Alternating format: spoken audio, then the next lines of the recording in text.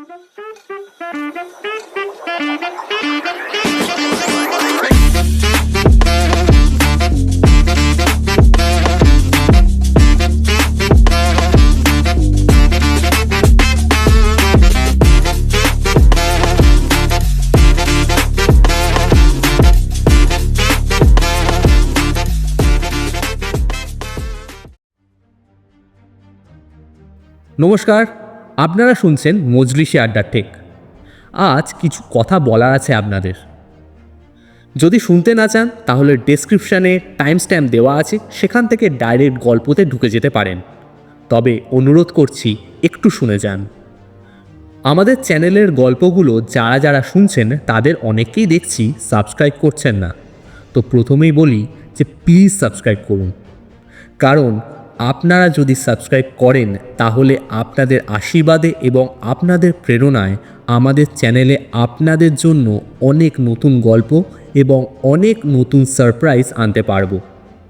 এছাড়াও যারা যারা ভয়েস অ্যাক্টিং শুরু করতে চান বা চাও কিন্তু সেইভাবে সুযোগ হচ্ছে না, তারা আমাদের ইনস্টাগ্রামে ডিএম করুন, সেখানেই কথা হবে। এবং সবশেষে বলি, আমাদের চ্যানেলে গল্প একটু ইরেগুলার বেসিসে আসছে, কারণ আমাদের অনেক কাজ থাকলেও লোকবল কম। কিন্তু যখন গল্প আসবে তখন ভালো গল্পই আমরা নিয়ে আসবো বলে কথা দিচ্ছি। আর আপনারা বড় গল্প চান না ছোট গল্প চান, সেটাও আমাদের কমেন্ট সেকশানে বা ইনস্টাতে ডিএম করে জানাতে পারে।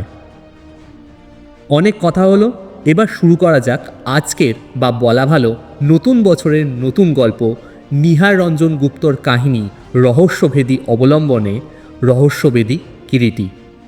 গল্প পাঠে আমি সায়ক, কিরীটির ভূমিকায় সায়ন এবং অন্যান্য চরিত্রে আছে দেবশঙ্কর এবং মুনমুন। তাহলে শুরু হচ্ছে রহস্যভেদী কিরীটি।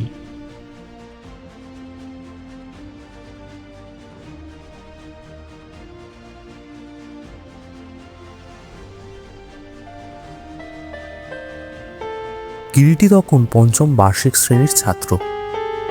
প্রাচুর্য থাকলেও বিলাসিতাকে কোনোদিনই প্রশ্রয় দেয়নি। শিয়ালদার এই অন্ধকার গলিতে অখ্যাতনামা এক ছাত্রাবাস বাণী ভবন। মাসিক 7 টাকা খাওয়া থাকা দিয়ে তারই তেতলার এক অন্ধকার কুপড়ির মধ্যে থাকত।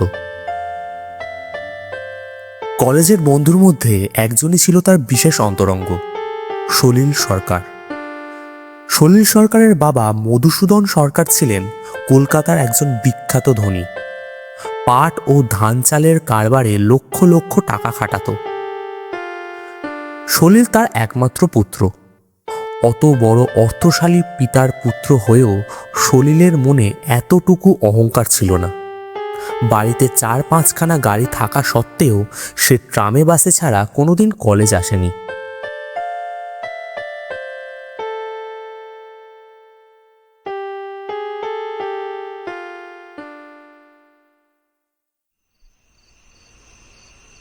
সেদিন রবিবার। কিরীটি সারাদিন কোথাও বের হয়নি। শীতকাল, এর মধ্যে কুয়াশা কলকাতার মহানগরীর বুকে ঘন হয়ে এসেছে। ঘরের মধ্যেও অন্ধকার চাপ বেঁধে উঠেছে একটু একটু করে। সিঁড়িতে কার পায়ের শব্দ শোনা গেল। আগন্তুক দরজার কাছে আসতেই কিরীটি আহ্বান জানালো, এসো সলিল, কি খবর? আলো জ্বালাসনি এখনো? না, এই কুড়িমিতে ধরেছে। বস। তারপর আজ তো তোর আসবার কথা ছিল না। না, মনটা ঠিক ভালো নেই, তাই ভাবলাম তোর কাছে একটুখানি ঘুরে যাই। কি হয়েছে রে? আশ্চর্য ঘটনা জানিস, বাবার ঘরের সিন্দুকের মধ্যে একটা দলিল ছিল। কয়েকদিন ধরে হাইকোর্টের একটা মামলা চলছে।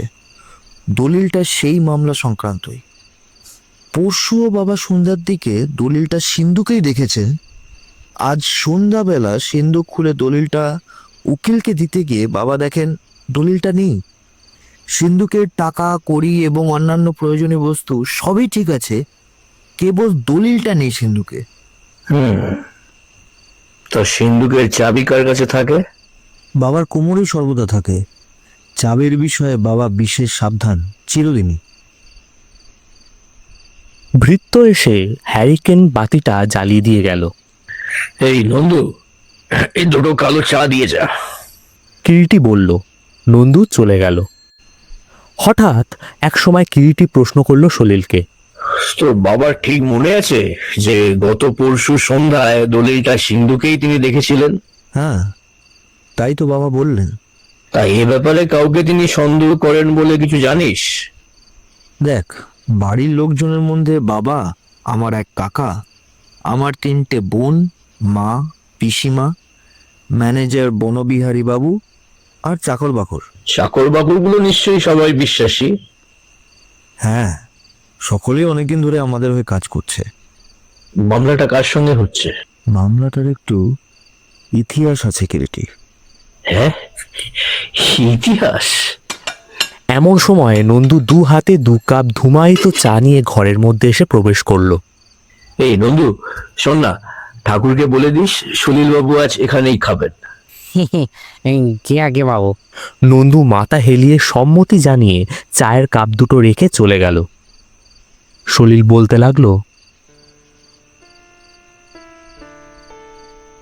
সে আজ প্রায় 24-25 বছর আগেকার কথা। আমি তখন বোধহয় সবে হয়েছি। 24 পরগনার সোনারপুরের একটা প্রকাণ্ড বাগান বাড়ি দেনার দায়ে বিক্রি হয়ে যায়। বাগান বাড়িটা ছিল রাজা ত্রিদেবেশ্বর রায়ের। এককালে রাজা ত্রিদেবেশ্বর রায়ের অবস্থা খুবই ভালো ছিল। রাজা ত্রিদেবেশ্বর রায় ছিলেন যেমন শিক্ষিত, উদারচেতা, তেমনি প্রচণ্ড খেয়ালি। ব্যবসার দিকে তার একটা প্রবল ঝোঁক ছিল।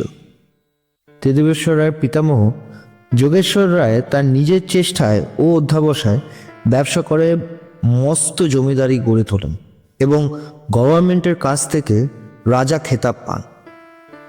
যোগেশ্বরের ছেলে রাজেশ্বর পিতার উপার্জিত জমিদারি বাড়াতে না পারলেও টিকিয়ে রেখেছিলেন, কিন্তু তার ছেলে মানে ত্রিদেবেশ্বর পিতার মতন চুক্তি করে পূর্বপুরুষের উপার্জিত অর্থ কেবলমাত্র আঁকড়ে না থেকে সেটা আরও বাড়িয়ে কি করে দ্বিগুণ তিনগুণ করা যায় সেই চেষ্টায় উঠে পড়ে লাগলেন। কিন্তু চঞ্চলা লক্ষ্মীর সিংহাসন উঠল টোলে। নানা দিক দিয়ে ঘরের অর্থ জলের মতন বেরিয়ে যেতে লাগলো। কিন্তু মদের নেশার মতোই ত্রিদেবেশ্বরকে তখন ব্যবসার নেশায় পেয়ে বসেছে। সংসারে তার আপনার বলতে এক স্ত্রী ছাড়া আর কেউ ছিল না, কারণ তিনি ছিলেন নিঃসন্তান। আত্মীয় বন্ধু বান্ধবের অবশ্যই সংখ্যা কম ছিল না। স্ত্রীর নিষেধ, আত্মীয় বন্ধু বান্ধবের সতর্কবাণী কিছুই তাকে তলাতে পারল না। 14-15 বছরের মধ্যে প্রায় 5 লক্ষ টাকা আয়ের জমিদারি নিঃশেষে কোথায় মহাশূন্যে মিলিয়ে গেল। অবশেষে দেনার দায় একদিন তার শেষ বসত বাটি সোনারপুরের এই বাগান বাড়িটাও বিক্রি করতে হলো। বাবা 7,000 টাকায় সেই বাগান বাড়িটা কিনে নিয়েছিলেন। বাগান বাড়িটা বাবা কতকটা ঝোঁকের মাথায় কিনেছিলেন এবং তার কোনো সংস্কারও করেননি। হঠাৎ বছরখানেক আগে অনিল চৌধুরী নামে একজন ভদ্রলোক বাবার কাছে এসে অনুরোধ জানান বাগান বাড়িটা তিনি কিনতে চান। বাবাও রাজি হয়ে যান। এবার অনিল চৌধুরী বলেছিলেন বাগান বাড়িটা কিনে সেখানে তিনি একটা স্কুল স্থাপন করবেন। তো উদ্দেশ্য খুবই ভালো, লেখাপড়া হবে, সব ঠিকঠাক।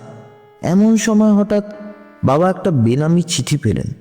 চিঠিতে লেখা ছিল, প্রিয় মধুসূদন বাবু, লোক পরম্পরায় শুনলাম রাজা ত্রিদিবেশ্বরের বাড়িটা নাকি আপনি বিক্রি করছেন। আপনি জানেন না, কিন্তু আমি জানি ওই বাড়ির কোনো এক স্থানে ত্রিদিবেশ্বরের পিতামহ যজ্ঞেশ্বর রায়ের গোটা 10-12 দামি হীরা পোঁতা আছে। সে হীরার দাম 7-8 লক্ষ টাকা তো হবেই, আরও বেশিও হতে পারে। যার কাছে আপনি রাজা ত্রিদিবেশ্বরের বাড়িটা বিক্রি করছেন সে কথা কোনো সূত্রে জানতে পেরেছে বলেই বাড়িটা কেনবার জন্য ব্যস্ত হয়েছে। তা না হলে এতদিনকার ভাঙা বাড়ি, তাও কলকাতার বাইরে, কেউ কিনতে চায়? আপনি ভেবে দেখুন। রাজা ত্রিদিবেশ্বর বা তার পিতা রাজেশ্বরও সে কথা জানতেন না। হীরার কথা একমাত্র রাজা যজ্ঞেশ্বর ও তার নায়েব কৈলাস চৌধুরীই জানতেন। কিন্তু হীরাগুলো যে ঠিক কোথায় পোঁতা আছে এ কথা একমাত্র যজ্ঞেশ্বর ভিন্ন দ্বিতীয় প্রাণী কেউ জানতেন না।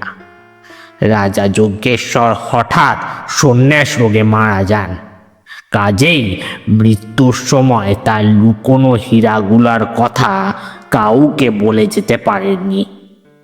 আপনাকে সব কথা খুলেই বললাম। এটি আপনার জনৈক শুভাকাঙ্ক্ষী। চিঠিখানা পড়ে কি জানি কেন বাবার মন বদলে গেল। বাবা বাড়িটা বিক্রি করবেন না বলে সঙ্গে সঙ্গে মনস্থির করে ফেললেন। পরের দিন লেখাপড়া হবে। অনিলবাবু এলেন। বাবা তাকে স্পষ্টই বললেন বাড়ি তিনি বিক্রি করবেন না। অনিলবাবু তো শুনে অবাক। শেষে অনিলবাবু 20,000 পর্যন্ত বাড়িটার দাম দিতে চাইলেন, কিন্তু বাবা তখন এক প্রকার যেন স্থির প্রতিজ্ঞ হয়েছেন যে বাড়িটা বিক্রি করবেন না। তাছাড়া অনিলবাবুর জেদ দেখে বাবার মনে সন্দেহটা যেন আরো বদ্ধমূল হয়েছে। অবশেষে এক প্রকার বাধ্য হয়েই অনিলবাবু ফিরে গেলেন। এরপরে মাসখানেক কেটে গেল। আচ্ছা, বুঝলাম।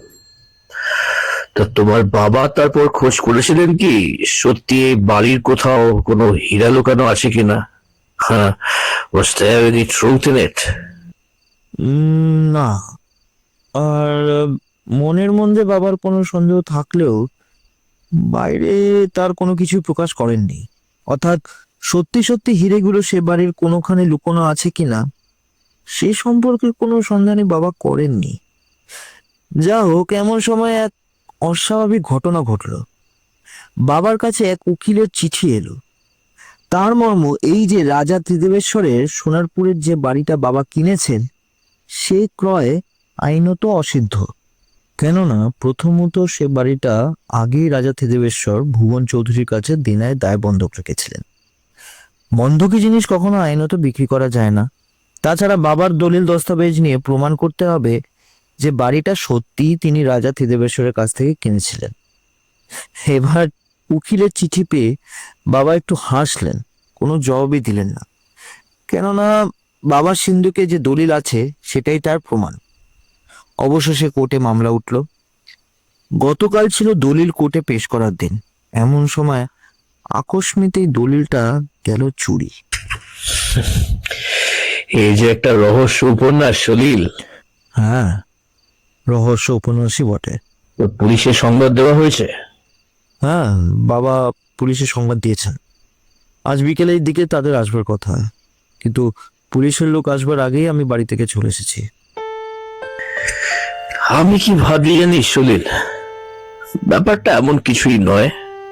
একটু চেষ্টা করলেই ব্যাপারটা সুরাহা করা যেতে পারে।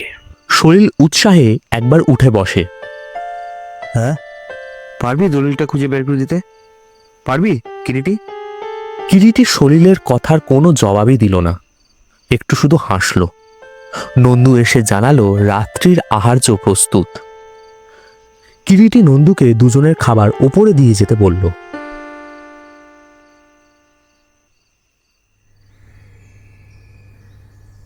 যখনকার কথা বলছি ঢাকুরিয়া অঞ্চলে তখনও আধুনিকতার হাওয়া লাগেনি। লেক তো দূরের কথা, সেখানে তখন ছিল ঘন বন জঙ্গল ও ধানক্ষেত। রেল লাইনের ধার দিয়ে দু একটা পাকা বাড়ি দেখা যেত মাত্র। ঢাকুরিয়া স্টেশনের কাছেই মধুসূদন সরকারের প্রকাণ্ড চারমহলা বাড়ি। বাড়ির সামনের দিকে একটা চমৎকার ফুলের বাগান। নানা জাতীয় ফুল গাছ সংগ্রহ করে বাগানটিকে তিনি সাজিয়েছেন। বাগানটি তাঁর অতি প্রিয়। কাজকর্মের অবকাশে সকাল সন্ধে যে সময়টুকু তিনি অবসর পান ওই বাগানেই ঘুরে বেড়ান। বাগানটা তাঁর কাছে যেন একটা নেশার বস্তুর মতোই হয়ে উঠেছিল।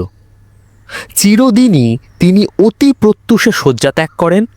বাগানের মধ্যে তারপর খালি গায়ে চটি পায়ে পায়চারি করেন সূর্য ভালো করে না ওঠা পর্যন্ত। সেদিন সকালের দিকে শীতটা যেন বেশ একটু চেপেই পড়েছে। ভোরবেলা একটা হালকা কমলা লেবু রঙের দামি শাল গায়ে জড়িয়ে মধুসূদন বাগানের মধ্যে একাকী পায়চারি করছেন। এমন সময় সলিলের সঙ্গে কিরিটি এসে বাগানের মধ্যে প্রবেশ করলো। কিরিটি এর আগেও 10-12 বার সলিলদের বাড়িতে বেড়াতে এসেছে এবং মধুসূদন বাবুর সঙ্গে যথেষ্ট পরিচয়ও আছে। কিরিটি মধুসূদন বাবুকে কাকাবাবু বলে ডাকে। ওদের দেখে মধুসূদন বাবু বললেন, এই যে তোমরা এত সকালে কোথা থেকে? সলিল কাল আমার ওখানেই ছিল কাকাবাবু, সলিলকে আসতে দিইনি, আর সকালে একসঙ্গে আসবো বলে। আপনার শরীর ভালো আছে তো? হ্যাঁ বাবা, বুড়ো হাড় কোনো মতে জোড়াতাড়ি দিয়ে যে কটা দিন চালানো যায়। তারপর তোমার শরীর ভালো তো? হ্যাঁ কাকাবাবু, আপনার আশীর্বাদে। তোমাদের পরীক্ষাও তো এসে গেল না? হ্যাঁ, আর মাস তিনেক বাকি আছে। বাবা, কিরিটি বলছিল তোমার ওই হারানো দলিলটা ও খুঁজে বের করে দেবে। বলল সলিল। মধুসূদন পুত্রের কথায় চকিতে ঘুরে দাঁড়িয়ে তীক্ষ্ণ দৃষ্টিতে কিরিটির দিকে তাকালেন। খুঁজে বের করে দেব এমন কথা আমি বলিনি, তবে চেষ্টা করব অবশ্যই কাকাবাবু, আপনার যদি তাতে কোনো আপত্তি না থাকে। কিরিটির কথা শুনে মধুসূদন খানিকক্ষণ গুম মেরে রইলেন। তারপর মৃদুস্বরে বললেন, বেশ, তো চেষ্টা করে দেখো। কিন্তু চেষ্টা করতে হলে যে কাকাবাবু, সর্বপ্রথম আপনার সাহায্যই যে আমার প্রয়োজন। সাহায্য? হ্যাঁ, কিভাবে তোমাকে সাহায্য করতে পারি বলো? আমি যে দলিলটার খোঁজবার ভার নিয়েছি সে কথা আপনি ও সলিল ছাড়া ঘুণাক্ষরেও কেউ জানতে পারবে না, আর আমি যা বলবো আপনাকে তা করতে হবে। মধুসূদন আবার খানিকক্ষণ কি যেন ভাবলেন। মনে মনে বেশ কৌতূহলী হয়ে উঠেছিলেন তিনি কিরিটির কথাবার্তায়। বেশ, তাই হবে।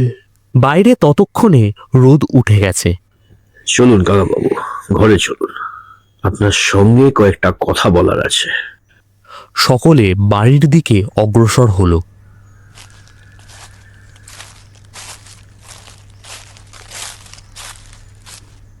আগেই বলেছি বাড়িটা 4 মহলা, দোতলা। প্রথম মহলে মধুসূদনের ব্যবসা সংক্রান্ত 10-12 জন কর্মচারী ও ম্যানেজার বনবিহারী বাবু থাকেন। দ্বিতীয় মহল ব্যবসার জিনিসপত্রের গুদাম হিসেবে ব্যবহৃত হয়। তৃতীয় মহলে দাসদাসীরা থাকে ও বাইরের লোকেরা আহারাদি করে। চতুর্থ মহলই প্রকৃতপক্ষে অন্দরমহল। অন্দরমহলের ওপরের দক্ষিণের 2টো ঘরে মধুসূদন বাবু থাকেন। একটা তার বসবার ঘর, অন্যটা শয়ন কক্ষ। অন্য দুটির একটিতে থাকে সলিল, আর একটি পূজার ঘর হিসেবে ব্যবহৃত হয়। নিচের একটি ঘরে খাওয়া দাওয়া হয়, একটিতে পিসিমা সলিলের 3টি বোনকে নিয়ে থাকেন, একটিতে থাকেন সলিলের কাকা বিপিনবাবু, আর অন্যটিতে অতিথি অভ্যাগত এলে থাকে। যে ঘরে সিন্দুকটা ছিল আমি সেই ঘরটা সর্বপ্রথম দেখতে চাই। তুমি সলিলের সঙ্গে গিয়ে ঘরটা দেখো, ততক্ষণে আমি ম্যানেজারের সঙ্গে কয়েকটা কথা সেরে আসি। এই বলে তিনি চলে গেলেন। সলিলের সঙ্গে কিরিটি মধুসূদনের শয়ন কক্ষে এসে প্রবেশ করল। ঘর খালি, মা অনেকক্ষণ উঠে গেছেন, হয়তো পুজোর ঘরে ব্যস্ত। বেশ বড় আকারের ঘরখানি, দক্ষিণ পূর্ব খোলা। কিরিটি তীক্ষ্ণ দৃষ্টিতে চারদিকে তাকিয়ে দেখতে লাগলো। ব্যালকনির ঠিক পাশ দিয়ে একটা নারকেল গাছ উঠে গেছে। ব্যালকনি থেকে হাত বাড়িয়ে অনায়াসেই নারকেল গাছটা ধরা যায়, তবে তাতে বিপদের সম্ভাবনা যে একেবারেই নেই তা নয়, হাত ফসকে যাওয়ার সম্ভাবনা খুবই আছে। ঘরটা একেবারে বারান্দার শেষ প্রান্তে। তাছাড়া ওই ঘরের সংলগ্নই ছাদে যাওয়ার দরজা। ঘরের মধ্যে আসবাবপত্রে তেমন বাহুল্য নেই। 2টি সিঙ্গেল বেড পাশাপাশি, নিভাজ শয্যা বিছানো। মধুসূদন যে খাটে শয়ন করেন তার এক পাশে একটা শ্বেত পাথরের গোল টেবিলের ওপর রক্ষিত ফোন। এক পাশে একটা আয়না বসানো কাপড়ের আলমারি, এবং আলমারির ঠিক পাশেই মানুষ প্রমাণ উঁচু মজবুত লোহার সিন্দুক। সিন্দুকের গায়ে বেশ বড় একখানা জার্মান তালা ঝুলছে। সিন্ধুকের ঠিক পাশেই একটা টুলের ওপর জলের কুঁজো, তার মাথায় বসানো একটা কারুকার্য খচিত শ্বেত পাথরের গ্লাস। ঘরের দেওয়ালে টাঙানো মুখোমুখি পূর্ব পশ্চিমে দুখানি বড় অয়েল পেন্টিং, মধুসূদনের মা ও বাবার। ফটোটি ঠিক সিন্ধুকের ওপরেই টাঙানো। ছেলেবেলায় কিরিটির ছবি আঁকার দিকে খুব ঝোঁক ছিল। সে তীক্ষ্ণ দৃষ্টিতে ছবি দুটিকে খুঁটিয়ে শিল্পীর মন নিয়ে দেখতে লাগলো। ফটো দুটির গায়ে ঝুল পড়েছে সামান্য, বেশ কিছুদিন যে ঝাড়পোছ হয়নি তা বুঝতে কষ্ট হয় না। সলিল প্রশ্ন করল, কিরিটি, অমন করে কি দেখছিস? গিলিটি ফ্রেম বলেই মনে হয়। তোর ঠাকুরদার ফটোটা ঠিক দেওয়ালের সঙ্গে সেট করা হয়নি, একটু যেন বাঁয়ে হেলে আছে। কিরিটি জবাব দেয়।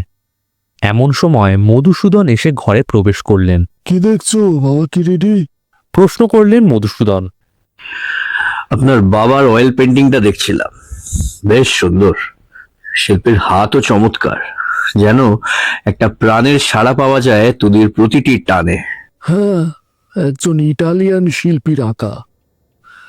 তা তোমার চা পর্ব এখনো হয়নি নিশ্চয়ই। চলো আমার বসবার ঘরে, ওখানে বসে চা পান করতে করতে তোমার যা আলোচ্য আছে তা আলোচনা করা যাবে। চলুন। সকলে এসে পাশের ঘরে প্রবেশ করলেন। সুদৃশ্য ট্রেতে করে ভৃত্য চায়ের সরঞ্জাম নিয়ে এলো। একটা ছোট টেবিলে চায়ের সরঞ্জাম নামিয়ে দিয়ে সে ঘর থেকে বেরিয়ে গেল। সলিল উঠে চা ঢালতে লাগলো। কিরিটি একটু অন্যমনস্ক হয়ে পড়েছিল। সে ভাবছিল অয়েল পেন্টিংটার কথা। কোথায় কোনো মাটির তলায় একটা সন্দেহের বীজ যেন ফুটে ওঠার সম্ভাবনায় ওপরের দিকে ঠেলে উঠতে চাইছে। চা পানের সঙ্গে সঙ্গে নানা আলাপ আলোচনা চলছিল। হঠাৎ একসময় মধুসূদন বললেন, তুমি বোধহয় জানো না কিরিটি, ওই দলিলটার একটা পূর্ব ইতিহাস আছে। সলিলের মুখেই গতকাল অনেকটা শুনেছি কাকাবাবু, এবং সে ইতিহাস শুনবার পর থেকেই আমার মনে একটা অদম্য স্পৃহা জেগেছে দলিলটা খুঁজে বের করবার। আচ্ছা, দলিলটা চুরি যাওয়ার আগের দিন থেকে এবং আপনি যখন জানতে পারলেন দলিলটা সিন্ধুকে নেই, এই সময়কার সমস্ত ঘটনা যতটা আপনি জানেন একটুও বাদ না দিয়ে আমাকে সব বলতে পারবেন কাকাবাবু? মধুসূদন কি যেন একটু ভাবলেন, তারপর মৃদু স্বরে বললেন, দলিলটার পূর্ব ইতিহাস যখন তুমি সলিলের মুখে শুনেছই, তখন সেটার আর পুনরাবৃত্তি করতে চাই না। দলিলটা যে সিন্ধুক থেকে কি করে চুরি যেতে পারে এখনো তার মাথা মুন্ডু আমি কিছুই ভেবে স্থির করতে পারছি না। তবে স্থূল চোখে দেখতে পাচ্ছি দলিলটা চুরি গেছে, এবং এখন সেইটাই সবচাইতে বড় কথা। বাড়িতে লোকজনের মধ্যে আমি, বিপিন, দিদি, সলিলের মা আর সলিলের 3 বোন। প্রতিদিন আমি বিকেল 5টার মধ্যেই দোকান থেকে ফিরি, কিন্তু পরশুদিন ফিরতে আমার রাত্রি 9টা হয়ে যায়। সকালবেলা দোকানে যাওয়ার আগে সেদিন সিন্ধুক খুলে যখন কয়েকটা আবশ্যকীয় কাগজপত্র রাখছি, তখনও দলিলটা সিন্ধুকেই ছিল আমার মনে আছে। আপনার দেখতে কোনো ভুল হয়নি তো কাকাবাবু? দেখবার ভুল আমার কোনোদিন হয় না বাবা। তাহলে এত বড় ব্যবসা চালানো আজ কষ্টকর হতো। যাই হোক, শোনো, দলিলটা তখনও সিন্ধুকেই ছিল। সেই রাত্রে একটা ব্যাপার ঘটেছিল। প্রথমে ভেবেছিলাম তার হয়তো কোনো গুরুত্ব নেই, কিন্তু পরে অনেক ভেবে মনে হচ্ছে যে ব্যাপারটার সঙ্গে কোথাও দলিল চুরি যাওয়ার একটা সূত্র জট পাকিয়ে থাকলেও থাকতে পারে। রাত্রি তখন বোধ করি 1টা হবে। রাত্রে আমার তেমন সুনিদ্রা হয় না কিছুদিন থেকে, সামান্য শব্দে ঘুম ভেঙে যায়। কিন্তু সেদিন বড় ক্লান্ত ছিলাম বলে ঘুমটা যেন বেশ গাঢ়ই হয়ে এসেছিল। হঠাৎ একটা খস খস শব্দে ঘুমটা ভেঙে গেল। প্রথমে ভাবলাম ও তেমন কিছু নয়, কিন্তু তবু কান খাড়া করে রইলাম। আবার খসখস শব্দ কানে এলো। শব্দটা যেন পাশের ঘর থেকেই আসছে মনে হলো। ভাবলাম হয়তো বিড়াল হবে। হঠাৎ একটা ক্যাচ করে শব্দ হলো। এবার আর দেরি না করে উঠে পড়লাম। ঘরের বাতি নেভানো। ডায়নামো রাত্রি 11টার পর বন্ধ হয়ে যায়। ঘরে মোমবাতি থাকে, প্রয়োজন হলে তাই জ্বালানো হয়। শয্যা থেকে উঠে শিয়রের কাছে রক্ষিত মোমবাতি হাতে নিয়ে নিঃশব্দে পাশের ঘরের দিকে চললাম। পাশের ঘর খালি, কিন্তু বারান্দার দিকে দরজাটা হাঁ হাঁ করে খোলা। ও দরজাটা চিরদিনই আমি নিজে হাতে বন্ধ করে শুই, সেদিনেও তাই করেছিলাম। কেমন একটা খটকা লাগলো। তাড়াতাড়ি দরজা দিয়ে বাইরে বারান্দায় এলাম। আকাশে সামান্য একটুখানি চাঁদ, তারই অস্পষ্ট আলোয় মনে হলো যেন কে দ্রুত পথে সিঁড়ি দিয়ে নিচে নেমে যাচ্ছে। মোমবাতিটা চট করে নিভিয়ে দিয়ে সিঁড়ির দিকে এগিয়ে গেলাম, কিন্তু আর কিছুই চোখে পড়ল না। তবু নিচে পর্যন্ত গেলাম। বাইরে যাবার দরজা বন্ধ, মানে রাত্রে ওটা তালা দেওয়া থাকে বরাবর। তোমার কাকিমাই প্রত্যহ রাত্রে শুতে যাবার আগে তালা দিয়ে যান, আবার সকালে উঠে তালা খুলে দেন। নিচের 3টে ঘরও বন্ধ ঠেলে দেখলাম।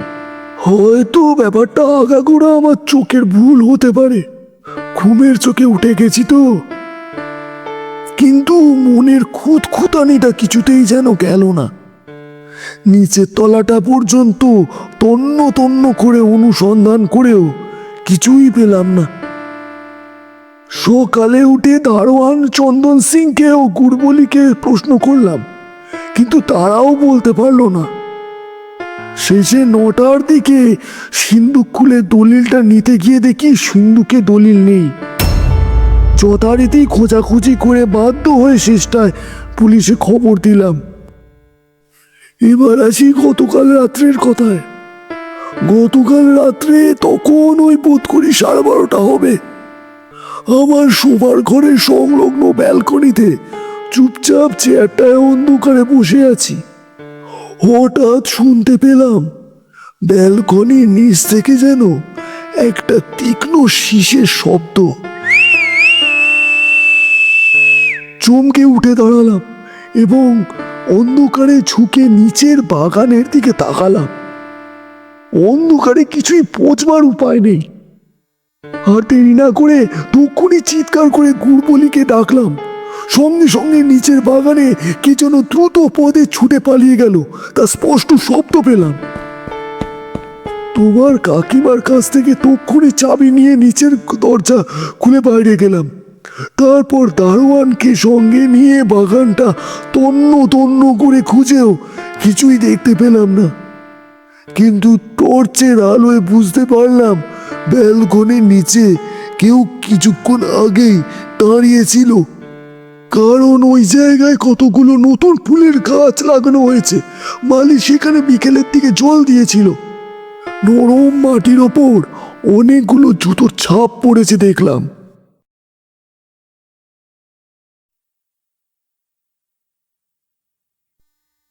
কিরিটি এতক্ষণ গভীর মনোযোগের সঙ্গে মধুসূদনের কথা শুনছিল, একটা কথাও বলেনি। হঠাৎ সে ধীর সংযতভাবে বলল, দলিলটা বোধহয় আপনার পাওয়া যাবে কাকাবাবু। আচ্ছা, পুলিশের কাছে কি এসব কথা আপনি বলেছেন? না, হয়তো তারা আসবে এই ভয় আর বলিনি। বেশ করেছেন, এখনো বলবেন না। তবে একটা কাজ করতে হবে আপনাকে। হ্যাঁ, বলো না, কি কাজ? এখন থেকে 3 রাত্রি গোপনে বাড়ির আশেপাশে পাহারা রাখতে হবে। সে আর এমন কঠিন কি? আমার বাড়িতে 3জন দারোয়ান আছে আর দোকানে 2জন আছে। দোকান থেকে একজনকে নিয়ে আসবো, 4 জনে অনায়াসেই পাহারা দিতে পারবে। আপনি এখনই সেই ব্যবস্থা করুন। আপনাকে আর আপাতত আমার প্রয়োজন হবে না। মধুসূদন চলে গেলে কিরিটি ওর কাছ থেকে শোনা কথাগুলো আগাগোড়া আর একবার মনে মনে বিশ্লেষণ করে দেখল। চাবির রহস্যটা কিছুতেই যেন উদ্ধার করতে পারছে না। চাবিটা চুরি গিয়েছিল এ বিষয়ে কোনো ভুলই নেই, কিন্তু কেমন করে চুরি গেল সেটাই রহস্য। কে চুরি করতে পারে? কার দ্বারা চুরিটা সম্ভব?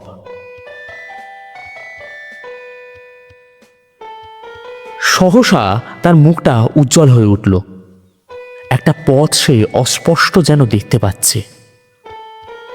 তাই যদি হয় তবে চাবি চুরিরও একটা মীমাংসা পাওয়া যায়, আর সেই সঙ্গে মধুসূদনের কাহিনীরও একটা মীমাংসা আপাতত খাড়া করা সম্ভবপর। কিন্তু তাও কি সম্ভব? সম্ভবই বা নয় কেন? এ দুনিয়ায় মানুষ স্বার্থের জন্য করতে পারে না এমন কিছু আছে কি? কিন্তু স্বার্থটা কোথায় এবং কার? হ্যাঁ রে কিরিটি, কি ভাবছিলি বলতো? আজকে রাতটা জাগতে হবে সলিল, পারবি তো? হ্যাঁ, নিশ্চয়ই পারবো। তবে শোন, কি করতে হবে আমাদের। এই আলমারিটার পিছনে তোকে আজ রাত্রি 10টার পর থেকে অতি গোপনে থাকতে হবে, আর আমি থাকবো তোদের ছাদের ওপরে চিলকোঠার মধ্যে। সন্ধ্যার পরই আমি সেই ঘরে যাব। যতক্ষণ না আমার বাঁশির আওয়াজ পাবি, বের হবি না। বেশ, কিন্তু চিলেকোড়াতে কিন্তু ভীষণ নোংরা হয়ে আছে। ক্ষতি নেই তাতে এতটুকু।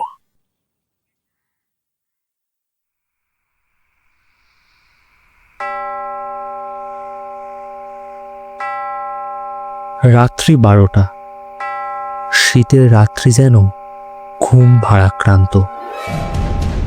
কোথাও এতটুকু হাওয়া নেই। চারিদিক নীরব, নিথর। কিরিটি নিঃশব্দে কাঠের প্যাকিংয়ের কেসের ওপর বসে আছে। দেখতে দেখতে রাত্রি 1:30 বেজে গেল।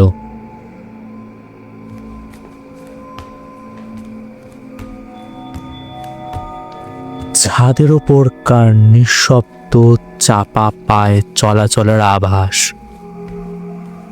কিরিটি উৎগ্রীব হয়ে ওঠে। পায়ের শব্দ ক্রমেই এগিয়ে আসছে। হ্যাঁ, এগিয়ে আসছে এই ঘরের দিকেই। খুট করে একটা শব্দ হলো শিকল খোলার। কিরিটি তীক্ষ্ণ দৃষ্টিতে তাকিয়ে রইল। মাথায় স্বল্প ঘোমটা, সারা দেহ বস্তাবৃত কে যেন ঘরে এসে প্রবেশ করল। ফস করে দেশলাই জ্বালবার শব্দ হলো। আগন্তুক একটা মোমবাতি জ্বালালো। মোমবাতির আলোয় ঘরটা যেন সহসা জেগে উঠল। মোমবাতিটা হাতে করে আগন্তুক এগিয়ে বাগানের দিকে জানলার উপরে মোমবাতিটা বসালো। তারপর নিঃশব্দে জানলার সামনে দাঁড়িয়ে রইল।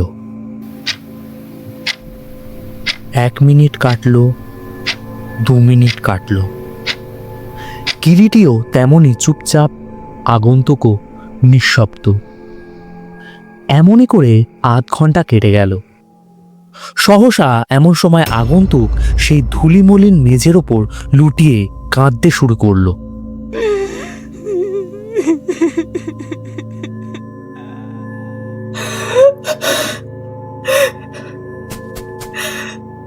কিরিটি এবার এগিয়ে এলো।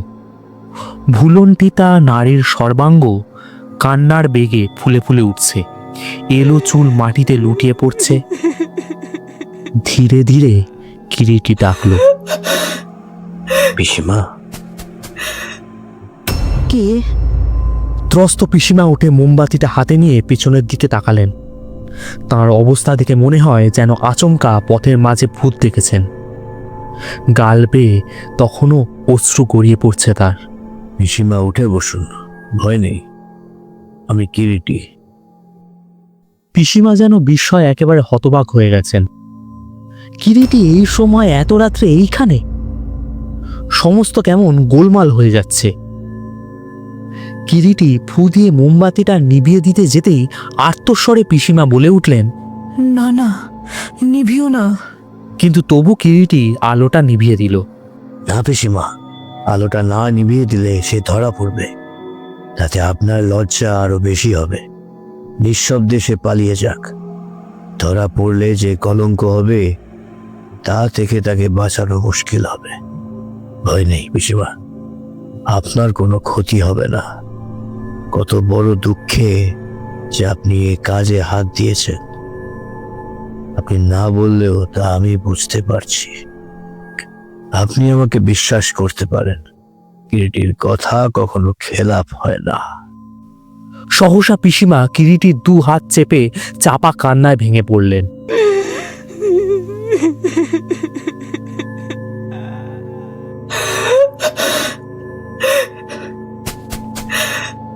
দীর্ঘদিন এই দুঃসহ ব্যথা ও লজ্জা আমি বুকে চেপে বেড়াচ্ছি।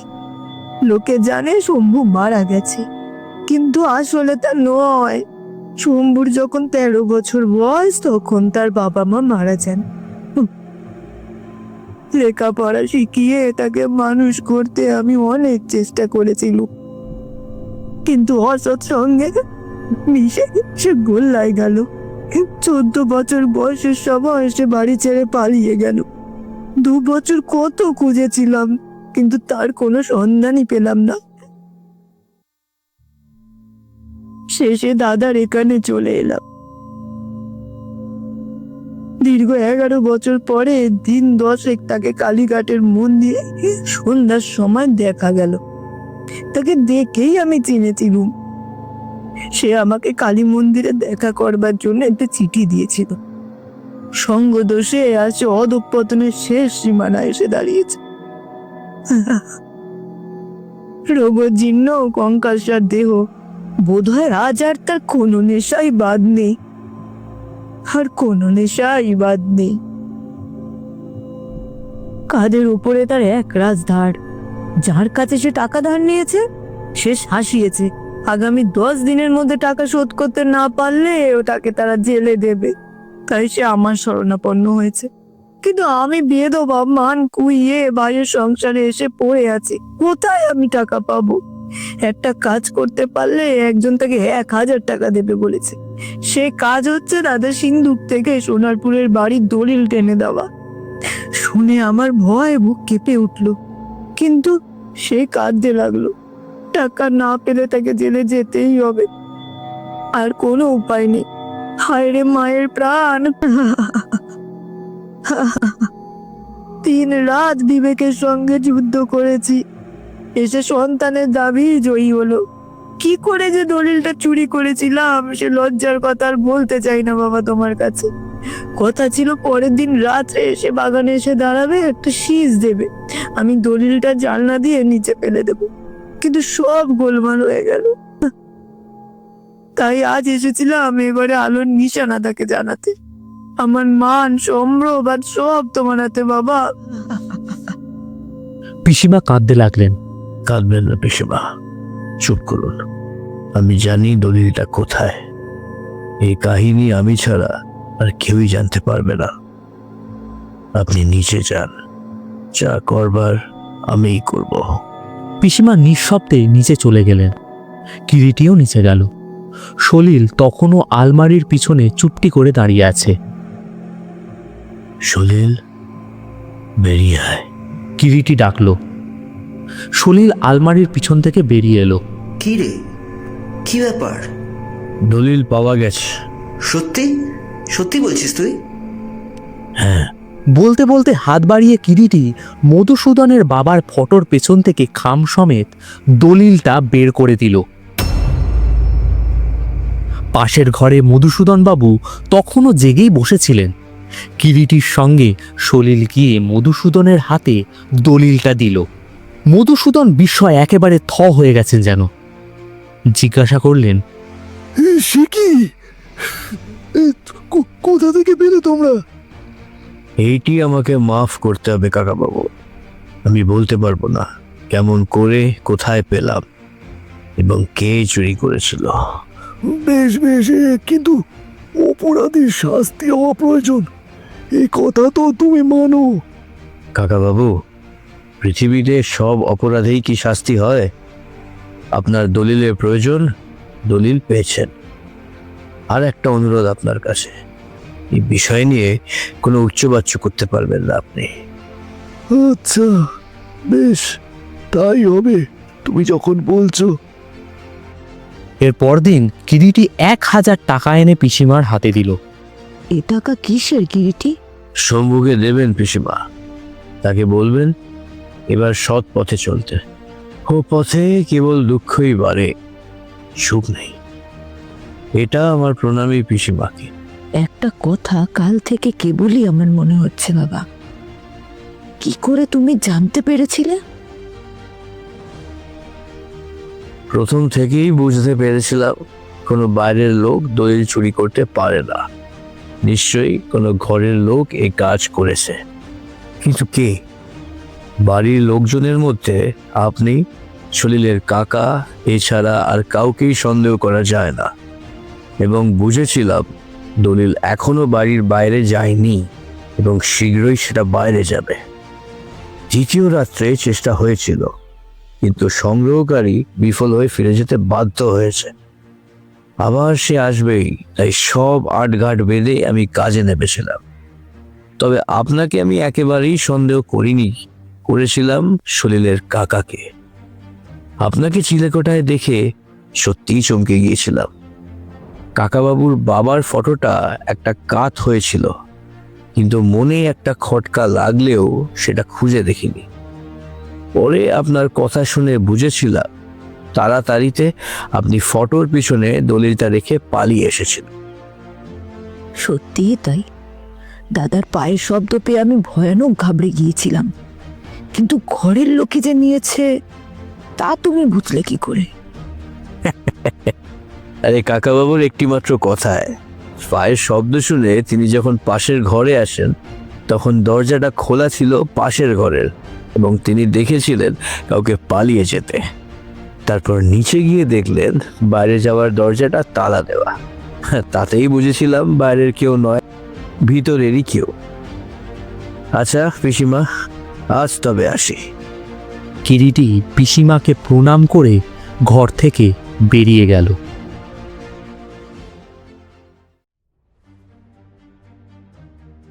আজ মজলিসি আড্ডার থেকে শুনলেন নিহার রঞ্জন গুপ্তর কাহিনী রহস্যভেদী অবলম্বনে রহস্যভেদী কিরিটি। গল্পটা আপনাদের যদি ভালো লাগে তাহলে অবশ্যই লাইক করে দেবেন এবং কমেন্ট সেকশনের পাশে থাকা হাইপ বাটনে ক্লিক করে দেবেন। গল্প পাঠে এবং মধুসূদনের চরিত্রে ছিলাম আমি সায়ক, কিরিটির ভূমিকায় সায়ন, সলিলের ভূমিকায় দেবশঙ্কর এবং পিসিমার চরিত্রে মুনমুন। পোস্টার ডিজাইন এবং মিউজিক ডিজাইন করেছে ভঞ্জস আর্ট। গল্পটা ভালো লেগে থাকলে অবশ্যই কমেন্টে জানাবেন। খুব শিগগিরই আবার নতুন গল্প নিয়ে ফিরে আসবে মজলিসি আড্ডার ঠেক।